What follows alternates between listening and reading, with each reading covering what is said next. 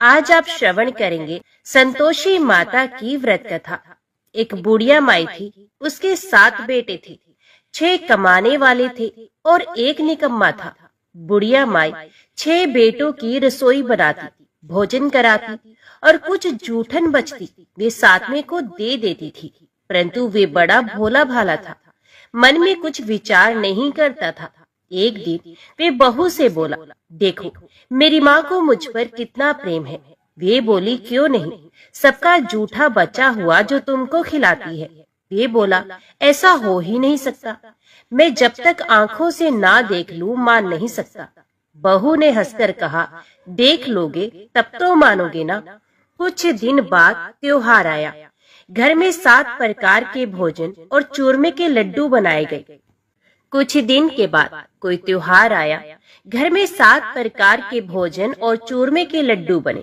वे जांचने को सर दुखने का बहाना कर पतला वस्त्र सर पर ओढ़े रसोई घर में ही सो गया। वे कपड़े में से सब कुछ देख रहा था।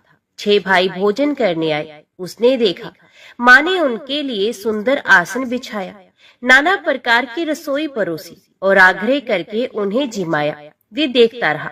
6 भोजन करके उठे, तब माँ ने उनकी जूठी थालियों में से लड्डुओं के टुकड़े उठाकर एक लड्डू बना दिया। जूठन साफ कर बुढ़िया माँ ने उसे पुकारा, बेटा 6 भाई भोजन कर गए हैं, अब तू ही बाकी है, उठ, तू कब खाएगा। वे कहने लगा, माँ मुझे भोजन नहीं करना, मैं अब परदेश ही जा रहा हूँ। माँ ने कहा, कल जाता हो तो आज चला जा। वे बोला, हाँ आज ही जा रहा हूँ। ये कहकर वे घर से निकल गया।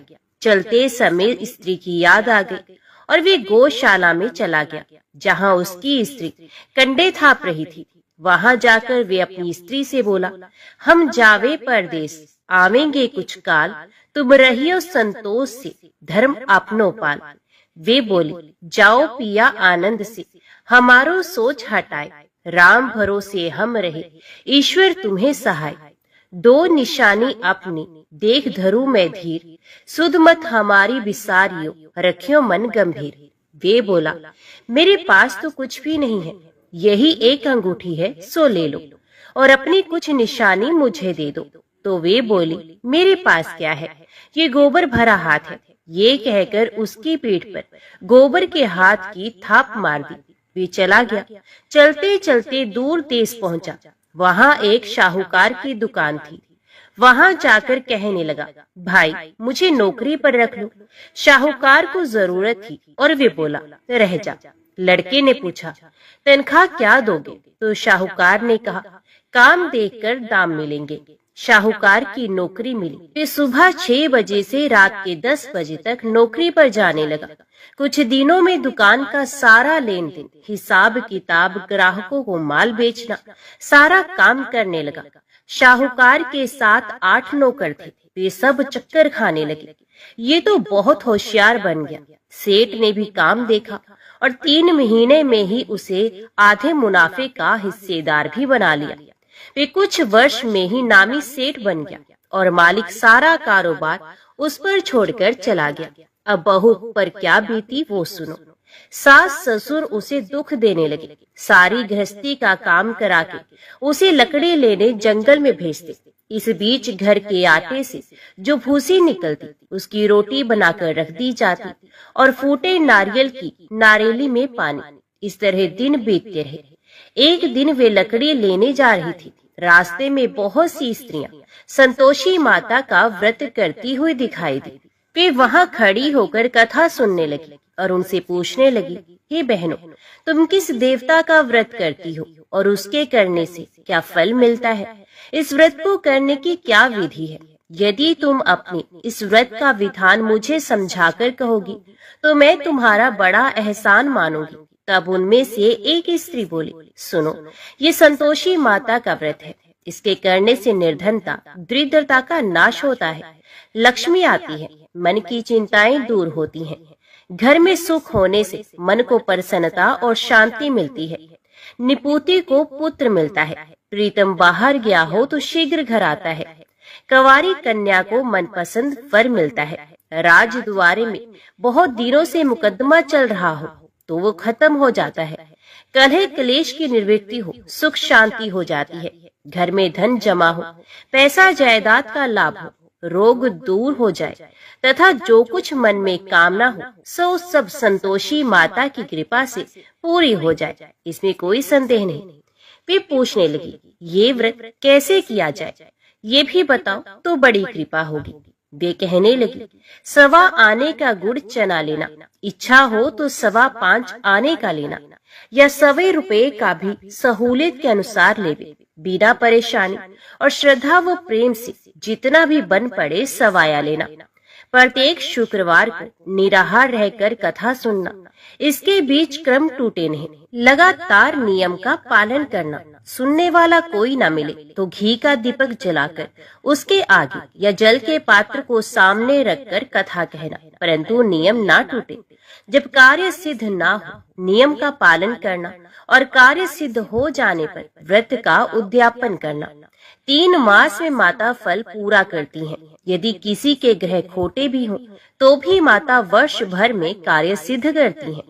फल सिद्ध होने पर उद्यापन करना चाहिए, बीच में नहीं। उद्यापन में 2.5 सेर आटे का खाजा तथा इसी परिमाण से खीर तथा चने का साग करना, 8 लड़कों को भोजन कराना, जहाँ तक मिले देवर जेठ भाई बंधु के हों, ना मिले तो रिश्तेदारों और पास पड़ोसियों को बुलाना, उन्हें भोजन करा, यथाशक्ति दक्षिणा दे, माता का नियम पूरा करना। उस दिन घर में खटाई ना खाई जाए। ये सुन बुढ़िया की लड़की की बहू चल दी, रास्ते में लकड़ी के बोझ को बेच दिया और उन पैसों से गुड़ चना ले माता के व्रत की तैयारी कर आगे चली गई और सामने मंदिर देखकर पूछने लगी, ये मंदिर किसका है? सब कहने लगे, माता संतोषी का मंदिर है। ये सुनकर माता के मंदिर में जाकर चरणों में लौटने लगी, दीन हो विनती करने लगी, माँ मैं निपट अज्ञानी हूँ, व्रत के कुछ भी नियम नहीं जानती, मैं दुखी हूँ। हे माता, हे जगत जननी, मेरा दुख दूर कर, मैं तेरी शरण में हूँ। माता को दया आई। एक शुक्रवार बीता कि दूसरे को उसके पति का पत्र आ गया और तीसरे शुक्रवार को उसका भेजा हुआ पैसा पहुंचा। ये देख जेठ जेठानी मुंह सिकोड़ने लगे, इतने दिनों में इतना पैसा आया, इसमें क्या बढ़ाई है? लड़के ताने देने लगे, काकी के पास पत्र आने लगे, रुपया आने लगा। अब तो काकी की खातिर बढ़ेगी, अब तो काकी बोलने से भी नहीं बोलेगी। बेचारी सरलता से कहती, भैया कागज आवे रुपया आवे, हम सबके लिए अच्छा है। ऐसा कहकर आंखों में आंसू भरकर संतोषी माता के मंदिर में आकर मातेश्वरी के चरणों में गिरकर रोने लगी। माँ, मैंने तुमसे पैसा कब मांगा है? मुझे पैसे से क्या काम है? मुझे तो अपने सुहाग से काम है, मैं तो अपने स्वामी के दर्शन मांगती हूँ। तब माता ने प्रसन्न होकर कहा, जा बेटी, तेरा स्वामी आएगा। ये सुनकर खुशी से बावली होकर घर में जाकर काम करने लगी। अब संतोषी माँ विचार करने लगी, इस भोली पुत्री को मैंने कह तो दिया कि तेरा पति आएगा, पर कैसे? वे तो इसे स्वप्न में भी याद नहीं करता। उसे याद दिलाने के लिए मुझे ही कुछ करना होगा, मुझे ही जाना पड़ेगा। इस तरह माता जी उस बुढ़िया के बेटे के पास जाकर स्वप्न में प्रकट होकर कहने लगी, शाहूकार के बेटे सो रहा है या जागता है? वे कहने लगा, माता सोता भी हूँ, जागता भी नहीं हूँ, कहो क्या आज्ञा है? माँ कहने लगी, तेरे घर बार कुछ है कि नहीं? वे बोला, मेरे पास सब कुछ है, माँ बाप है, बहू है, क्या कमी है? तो माँ बोली, भोले पुत्र, तेरी बहू घोर कष्ट उठा रही है, तेरे माँ बाप उसे त्रास दे रहे हैं, वे तेरे लिए तरस रही है, तू उसकी सुध ले। वे बोला, हाँ माता जी, ये तो मालूम है, परंतु जाऊं तो जाऊं कैसे? परदेश की बात है, लेन देन का कोई हिसाब नहीं, कोई जाने का रास्ता नहीं आता, कैसे चला जाऊं? माँ कहने लगी, मेरी बात मान, सवेरे नहा धोकर संतोषी माता का नाम ले, घी का दीपक जला, दंडवत प्रणाम कर दुकान पर जाकर बैठ जा। देखते देखते सारा लेन देन चुक जाएगा, जमा किया गया माल बिक जाएगा, साज होते होते धन का भारी ढेर लग जाएगा। अब सवेरे जल्दी उठकर भाई बंधुओं से सपने की सारी बात कहता है। वे सब उसकी अनसुनी कर दिल लगी उड़ाने लगे। कभी सपने भी सच होते हैं। एक बूढ़ा आदमी बोला, देख भाई, मेरी बात मान। इस प्रकार झूठ साच करने के बदले देवता ने जैसा कहा है वैसा ही करने में तेरा क्या जाता है। अब बूढ़े की बात मानकर वे नहा धोकर संतोषी माता को दंडवत घी का दीपक जला दुकान पर जाकर बैठ जाता है। थोड़ी देर में क्या देखता है कि देने वाले रुपया लाने लगे, लेने वाले हिसाब लेने लगे। कोठे में भरे सामान के खरीदार नकद दाम देकर सौदा करने लगे। शाम तक धन का भारी ढेर लग गया। मन में माता का नाम ले चमत्कार देख प्रसन्न हो घर ले जाने के वास्ते गहने कपड़ा सामान खरीदने लगा। यह काम से निपट तुरंत घर को रवाना हुआ। बहू बेचारी जंगल में लकड़ी लेने जाती है। लौटते वक्त माता जी के मंदिर में विश्राम करती है। वे तो उसके प्रतिदिन रुकने का जो स्थान ठहरा। धूल उड़ती देख वे माता से पूछती है, हे माता, ये धूल कैसे उड़ रही है? माता कहती है, हे पुत्री, तेरा पति आ रहा है। अब तू ऐसा कर, लकड़ियों के 3 बोझ बना ले। एक नदी के किनारे रख और दूसरा मेरे मंदिर पर और तीसरा अपने सर पर रख। तेरे पति को लकड़ियों का गट्ठर देख मोह पैदा होगा। वे यहाँ रुकेगा, नाश्ता पानी खाकर माँ से मिलने जाएगा। तब तू लकड़ियों का बोझ उठाकर जाना और चौक में गट्ठर डालकर जोर से आवाज लगाना, लो सासू जी, लकड़ियों का गट्ठर लो, भूसी की रोटी दो, नारियल के खोपड़े में पानी दो। आज मेहमान कौन आया है? बहुत अच्छा। माता जी से कहकर वे प्रसन्न मन से लकड़ियों के 3 गट्ठर ले आई। एक नदी के किनारे पर, एक माता जी के मंदिर पर रखा। इतने में मुसाफिर आ पहुंचा।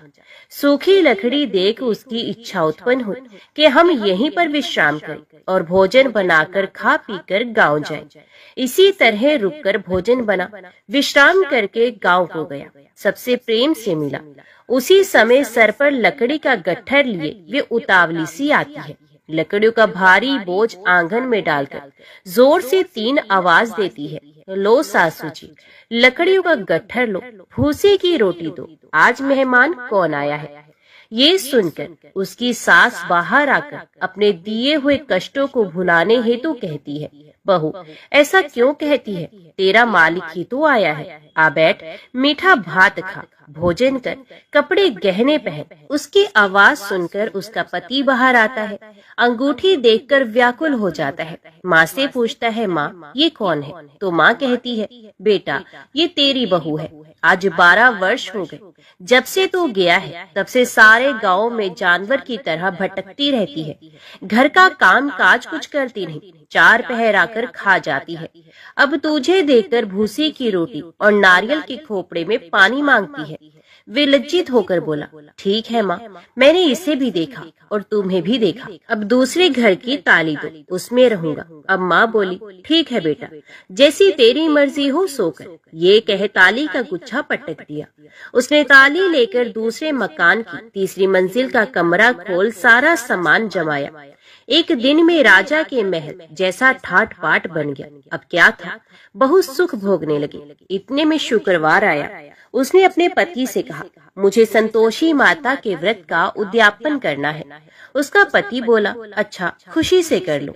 वे उद्यापन की तैयारी करने लगी। जेठानी के लड़कों को भोजन के लिए कहने के लिए गई। उन्होंने मंजूर भी किया, परंतु पीछे से जेठानी ने अपने बच्चों को सिखाया, देखो रे, भोजन के समय सब लोग खटाई मांगना, जिससे उसका उद्यापन पूरा ना हो।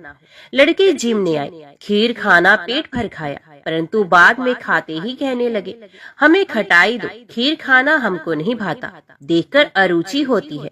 वे कहने लगी, भाई खटाई किसी को नहीं दी जाएगी, ये तो संतोषी माता का प्रसाद है। लड़के उठ खड़े हुए, बोले, पैसा लाओ। भोली बहू कुछ जानती नहीं थी, उन्हें पैसे दे दिए। लड़के उसी समय हट करके इमली खटाई ले खाने गए। ये देखकर बहू पर माताजी ने कोप किया। राजा के दूत उसके पति को पकड़ कर ले गए। जेठ जेठानी मन माने वचन कहने लगे, लूट लूट कर धन इकट्ठा कर लाया है, अब सब मालूम पड़ जाएगा, जब जेल की मार खाएगा। बहू से ये वचन सहन नहीं हुई। रोती हुई माता जी के मंदिर में गई और कहने लगी, हे माता, तुमने क्या किया? हंसाकर भक्तों को रुलाने लगी। तो माता बोली, बेटी, तूने उद्यापन करके मेरा व्रत भंग किया है। इतनी जल्दी सब बातें कैसे भूल गई? वे कहने लगी, माता, भूलती तो नहीं, ना कुछ अपराध किया। मैंने तो भूल से लड़कों को पैसे दे दिए थे। मुझे क्षमा कर दो, मैं फिर तुम्हारा उद्यापन करूंगी। माँ बोली, अब भूल मत करना। वे कहती है, अब भूल नहीं होगी। अब बताओ वे कैसे आएंगे? माँ बोली, जा पुत्री, तेरा पति तुझे रास्ते में आता मिलेगा। वे निकली, राह में पति आता ही मिला। वे पूछती है, तुम कहाँ गए थे? तो वे कहने लगा, इतना धन जो कमाया है उसका टैक्स राजा ने मांगा था, वे भरने गया था। वे प्रसन्न होकर बोली, भला हुआ, अब घर को चलो। घर गए। कुछ दिन बाद फिर शुक्रवार आया। वे बोली, मुझे फिर माता का उद्यापन करना है। पति ने कहा, करो। बहू फिर जेठ के लड़कों को भोजन को कहने लगी। जेठानी ने एक दो बातें सुनाई और सब लड़कों को सिखाने लगी, तुम सब लोग पहले ही खटाई मांगना। लड़के भोजन से पहले कहने लगे, हमें खीर नहीं खानी, हमारा जी बिगड़ता है, कुछ खटाई खाने को दो। वे बोली, खटाई किसी को नहीं मिलेगी, आना हो तो आओ। वे ब्राह्मण के लड़के लाकर भोजन कराने लगे। यथाशक्ति दक्षिणा दी, जगह एक एक फल उन्हें दिया। संतोषी माता प्रसन्न हुई। माता की कृपा होते ही 9वें मास में उसके चंद्रमा के समान सुंदर पुत्र प्राप्त किया। पुत्र को पाकर प्रतिदिन माता जी के मंदिर को जाने लगी। माँ ने सोचा, ये रोज आती है, आज क्यों न इसके घर चलो, इसका आसरा देख लूं। ये विचार कर माता ने भयानक रूप बनाया। गुड़ चने से सना मुख, ऊपर सूंड के समान हो, उस पर मक्खियां भिन भिन कर रही थी। देहली पर पैर रखते ही उसकी सास चिल्लाई, देखो रे, कोई चुड़ैल डाकिन चली आ रही है, लड़को इसे भगाओ, नहीं तो किसी को खा जाएगी। लड़के भगाने लगे, चिल्लाकर खिड़की बंद करने लगे। बहू रोशनदान में से देख रही थी, प्रसन्नता से पगली बन चिल्लाने लगी, आज मेरी माता जी मेरे घर आई हैं। वे बच्चे को दूध पीने से हटाती है। इतने में सास का क्रोध फट गया। वे बोली, रान, देखकर क्या उतावली हुई है, बच्चे को पटक दिया। इतने में माँ के प्रताप से लड़के ही लड़के नजर आने लगे। वे बोली, माँ, मैं जिसका व्रत करती हूँ ये वही संतोषी माता है। इतना कहकर झट से सारे किवाड़ खोल दिए। सबने माता जी के चरण पकड़ ले और विनती कर कर कहने लगे, हे माता, हम मूर्ख हैं, अज्ञानी हैं, तुम्हारे व्रत की विधि हम नहीं जानते। व्रत भंग कर हमने बड़ा अपराध किया है। हे जगमाता, आप हमारा अपराध क्षमा करें। इस प्रकार माता प्रसन्न हुई। बहू को प्रसन्न हो, जैसा फल दिया वैसा माता सबको दे, जो पड़े उसका मनोरथ पूर्ण हो। तो बोलो संतोषी माता की जय। अभी श्रवण कीजिए वैभव लक्ष्मी व्रत की कथा। एक बड़ा शहर था। इस शहर में लाखों लोग रहते थे। पहले के जमाने के लोग साथ साथ रहा करते थे और एक दूसरे के काम आते थे, पर नए जमाने के लोगों का स्वरूप ही अलग सा है। सब अपने अपने काम में रत रहते हैं, किसी को किसी की परवाह नहीं। घर के सदस्यों को भी एक दूसरे की परवाह नहीं होती है। भजन कीर्तन, भक्ति भाव, दया माया, परोपकार जैसे संस्कार जैसे कम हो गए हैं। शहर में बुराइयां बढ़ गई हैं। शराब, जुआ, रेस, व्यभिचार, चोरी, डकैती आदि बहुत से अपराध शहर में होते हैं। कहावत है कि हजारों निराशा में एक अमर आशा छिपी हुई है। इसी तरह इतनी सारी बुराइयों के बावजूद शहर में कुछ अच्छे लोग भी रहते थे। ऐसे अच्छे लोगों में शीला और उनके पति की गृहस्थी मानी जाती थी। शीला धार्मिक प्रकृति की और संतोषी थी। उसका पति भी विवेकी और सुशील था। शीला और उनका पति ईमानदारी से जीते थे। वे किसी की बुराई नहीं करते थे और प्रभु भजन में अच्छी तरह समय व्यतीत करते थे। उनकी गृहस्थी आदर्श गृहस्थी थी और शहर के लोग उनकी गृहस्थी की सराहना करते थे। शीला की गृहस्थी इसी तरह खुशी खुशी चल रही थी, पर कहा जाता है कि कर्म की गति अटल है। विधाता के लिखे लेख कोई नहीं समझ सकता। इंसान का नसीब पल भर में राजा को रंक बना देता है और रंक को राजा। शीला के पति के अगले जन्म के कर्म भोगने बाकी रह गए होंगे कि वे बुरे लोगों से दोस्ती कर बैठा। वे जल्द से जल्द करोड़पति होने के ख्वाब देखने लगा, इसलिए वे गलत रास्ते पर चल निकला और करोड़पति की बजाय रोडपति बन गया, यानी रास्ते पर भटकते भिखारी जैसे उसकी स्थिति हो गई थी। शहर में शराब, जुआ, रेस, चरस, गांजा आदि बदियां फैली हुई थी। उसमें शीला का पति भी फंस गया। दोस्तों के साथ उसे भी शराब की लत लग गई। जल्द से जल्द पैसे वाला बनने की लालच में दोस्तों के साथ रेस, जुआ भी खेलने लगा। इस तरह बचाई हुई धनराशि, पत्नी के गहने, सब कुछ रेस जुए में गवा दिया था। समय के परिवर्तन के साथ घर में दरिद्रता और भूखमरी फैल गई। सुख से खाने की बजाय 2 वक्त के भोजन के लाले पड़ गए और शीला को पति की गालियां खाने का वक्त आ गया था। शीला सुशील और संस्कारी स्त्री थी। उसको पति के बर्ताव से बहुत दुख हुआ, किंतु वे भगवान पर भरोसा करके बड़ा दिल रखकर दुख सहने लगी। कहा जाता है कि सुख के पीछे दुख और दुख के पीछे सुख आता ही है, इसलिए दुख के बाद सुख आएगा ही। ऐसी श्रद्धा के साथ शीला प्रभु भक्ति में लीन रहने लगी। इस तरह शीला असहनीय दुख सहते सहते प्रभु भक्ति में वक्त बिताने लगी। अचानक एक दिन दोपहर में उनके द्वार पर किसी ने दस्तक दी। शीला सोच में पड़ गई कि मुझ जैसे गरीब के घर इस वक्त कौन आया होगा। फिर भी द्वार पर आए हो अतिथि का आदर करना चाहिए। ऐसे आर्य धर्म के संस्कार वाली शीला ने खड़े होकर द्वार खोला। देखा तो एक मांझी खड़ी थी। वे बड़ी ही उम्र की लगती थी, किंतु उनके चेहरे पर अलौकिक तेज निखर रहा था। उनकी आंखों में से मानो अमृत बह रहा था। उनका भव्य चेहरा करुणा और प्यार से छलकता था। उनको देखते ही शीला के मन में अपार शांति आ गई। वैसे शीला इस मांझी को पहचानती नहीं थी, फिर भी उनको देखकर शीला के रोम रोम में आनंद आ गया। शीला मांझी को आदर के साथ घर में ले आई। घर में बिठाने के लिए कुछ भी नहीं था, अतः शीला ने सकुचाकर एक फटी हुई चादर पर उनको बिठाया।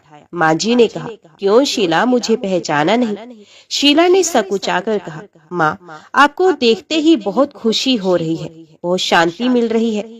ऐसा लगता है कि मैं बहुत दिनों से जिसे ढूंढ रही थी वे आप ही हैं, पर मैं आपको पहचान नहीं सकती। मांझी ने हंसकर कहा, क्यों, भूल गई? हर शुक्रवार को लक्ष्मी जी के मंदिर में भजन कीर्तन होते हैं, तब मैं भी वहाँ आती हूँ।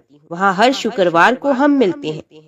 पति गलत रास्ते पर चला गया। तब से शीला बहुत दुखी हो गई थी और दुख की मारी वे लक्ष्मी जी के मंदिर में भी नहीं जाती थी।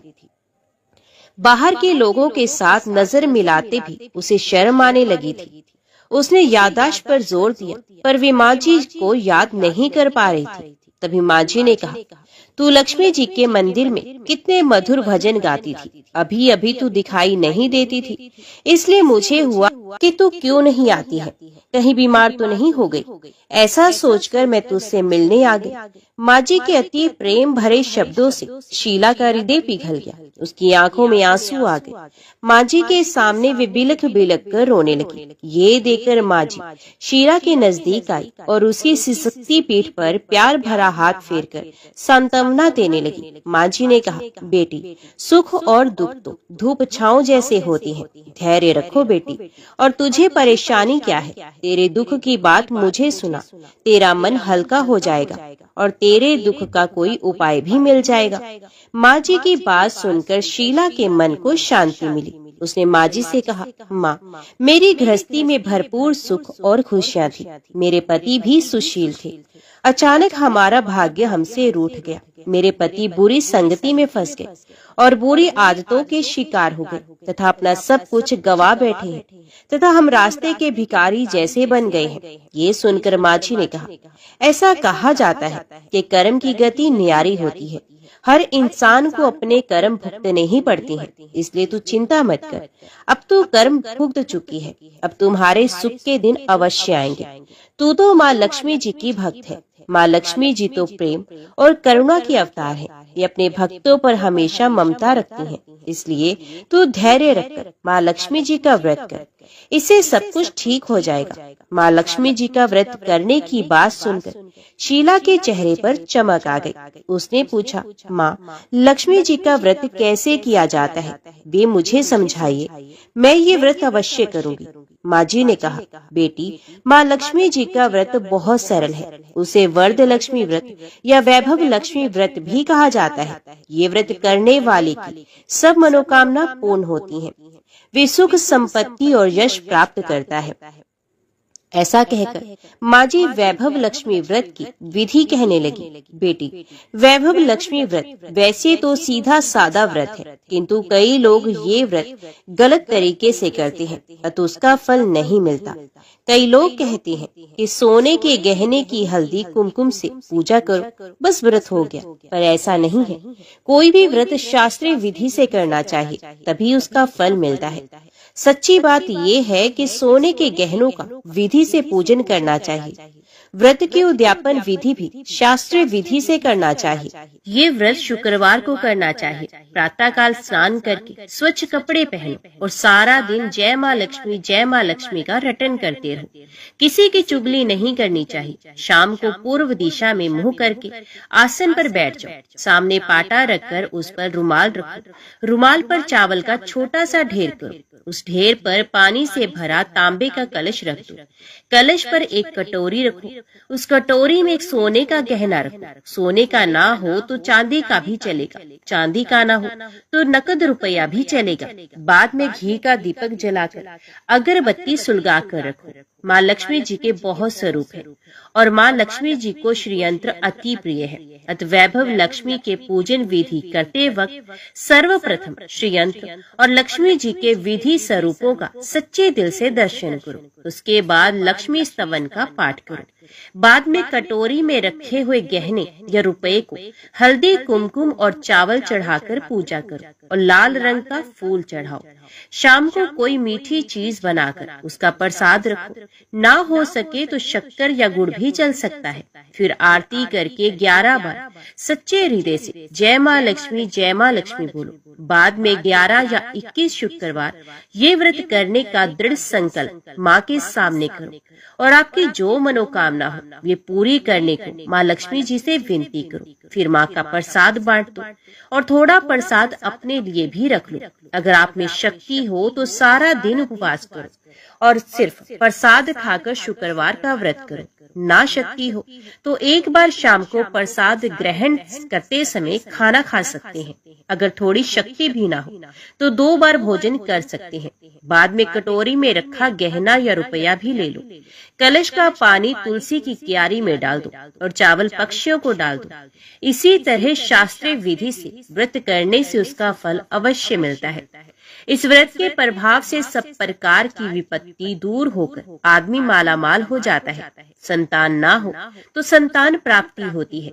सौभाग्यवती स्त्री का सौभाग्य अखंड रहता है।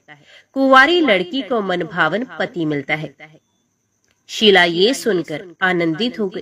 फिर पूछा, माँ आपने वैभव लक्ष्मी व्रत की जो शास्त्रीय विधि बताई है वैसे मैं अवश्य करूंगी, किंतु उसकी उद्यापन विधि किस तरह करनी चाहिए ये भी कृपा करके सुनाइए। माँ जी ने कहा, 11 या 21 जो मन्नत मानी हो उतने शुक्रवार ये वैभव लक्ष्मी व्रत पूरी श्रद्धा और भावना से करना चाहिए। व्रत के आखिरी शुक्रवार को खीर का नैवेद्य रखो। पूजन विधि हर शुक्रवार को करते हैं वैसे ही करनी चाहिए। पूजन विधि के बाद श्रीफल फोड़ो और कम से कम 7 कुंवारी या सौभाग्यशाली स्त्रियों को कुमकुम का तिलक करके वैभव लक्ष्मी व्रत की एक पुस्तक उपहार में देनी चाहिए और सबको खीर का प्रसाद देना चाहिए। फिर धन लक्ष्मी स्वरूप वैभव लक्ष्मी स्वरूप माँ लक्ष्मी जी की छवि को प्रणाम करें।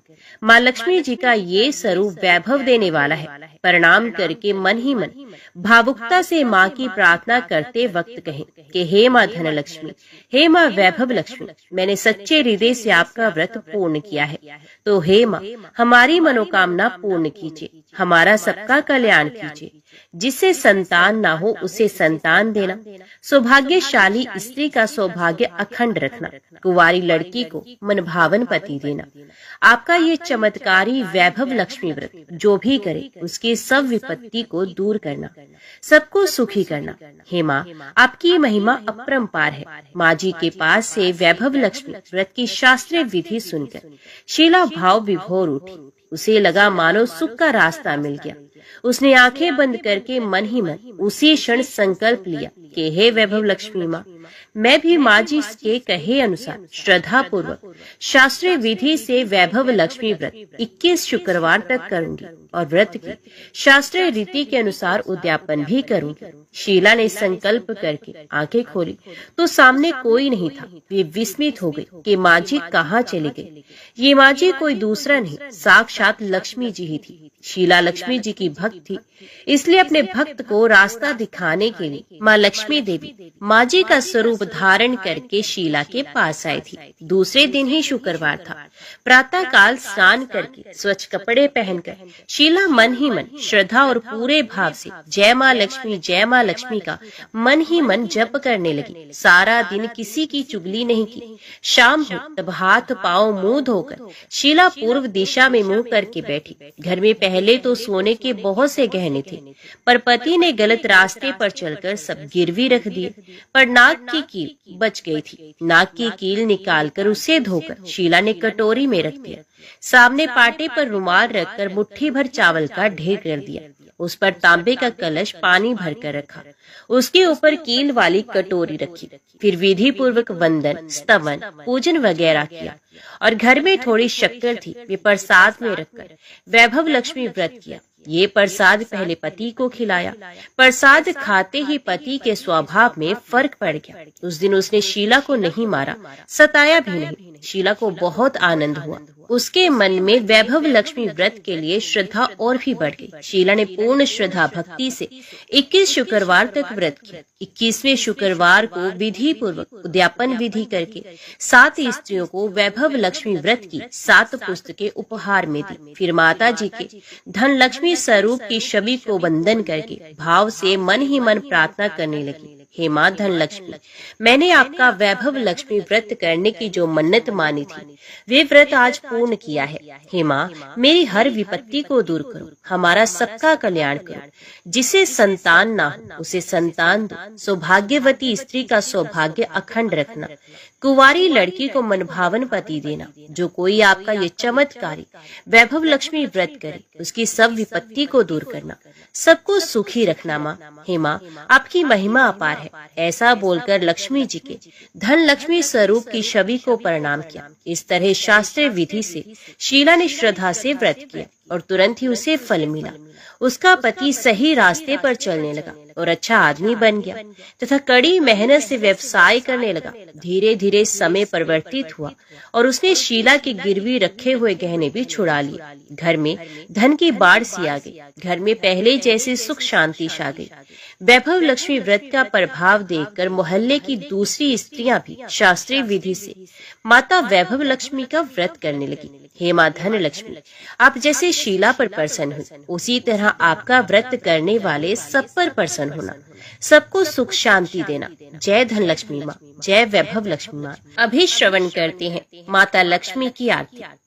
जय लक्ष्मी माता मैया, जय लक्ष्मी माता, तुमको निश दिन सेवत हर विष्णु विधाता। ओम जय लक्ष्मी माता, उमा रमा ब्रह्माणी तुम ही जग माता। सूर्य चंद्रमा ध्यावत नारद ऋषि गाता। ओम जय लक्ष्मी माता, दुर्गा रूप निरंजन सुख संपत्ति दाता। जो कोई तुमको ध्याता रिद्धि सिद्धि धन पाता। ओम जय लक्ष्मी माता, तुम पाताल निवासिनी, तुम ही शुभदाता। करम पर भाव पर काशिनी, भवनिधि की त्राता। ओम जय लक्ष्मी माता। जिस घर तुम रहती माँ, सब सद्गुण आता। सब संभव हो जाता, मन नहीं घबराता। ओम जय लक्ष्मी माता। तुम बिन यज्ञ न होते, वस्त्र न कोई पाता। खान पान का वैभव सब तुमसे आता। ओम जय लक्ष्मी माता। शुभ गुण मंदिर सुंदर, शिरोदधि जाता। रतन चतुर्दश तुम बिन कोई नहीं पाता। ओम जय लक्ष्मी माता। महालक्ष्मी जी की आरती जो कोई जन गाता। और आनंद समाता, पाप उतर जाता। ओम जय लक्ष्मी माता। ओम जय लक्ष्मी माता। मैया जय लक्ष्मी माता। तुमको निश दिन सेवत, हर विष्णु विधाता। ओम जय लक्ष्मी माता। जय माँ भगवती, जय माँ दुर्गा।